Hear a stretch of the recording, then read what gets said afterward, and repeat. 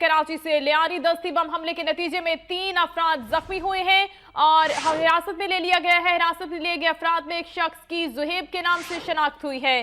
अहम खबर है जो कराची से आपको अपडेट करने, लियारी दस्ती बम हमले के नतीजे में जख्मी होने वाले 3 अफराद को हिरासत में ले लिया गया है और हिरासत में लिए गए अफराद में एक शख्स की जुहेब के नाम से शनाख्त हुई है।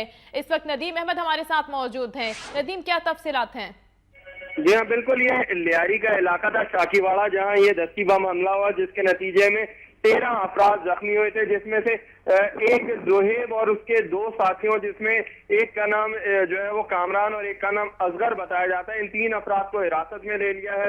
इब्तदाई इनके बयानात के मुताबिक कि ये मुल्जिमान जिनका ताल्लुक गैंग वॉर से बताया जाता है और ये इस मकाम के ऊपर दस्ती बम से आपस में खेलने में मसरूफ थे। दस्ती बम की पिन से खेल रहे थे और एक दूसरे की तरफ दस्ती बम उछाल रहे थे। इसी दौरान ये दस्ती बम फट गया, जिसके नतीजे में इलाके के मकीन जो कि उस बाजार में से आमदोरफ्त कर रहे थे, जो गुजर रहे थे, रागीर थे, वो 13 अफराद